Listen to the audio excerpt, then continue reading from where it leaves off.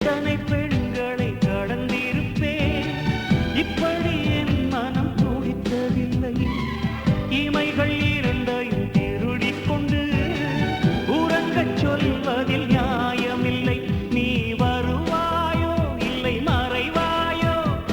ஏ ஏ ஏ ஏ ஏ தன்னை தருவாயோ இல்லை கரைவாயோ?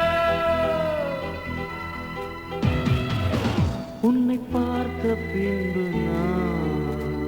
நானாக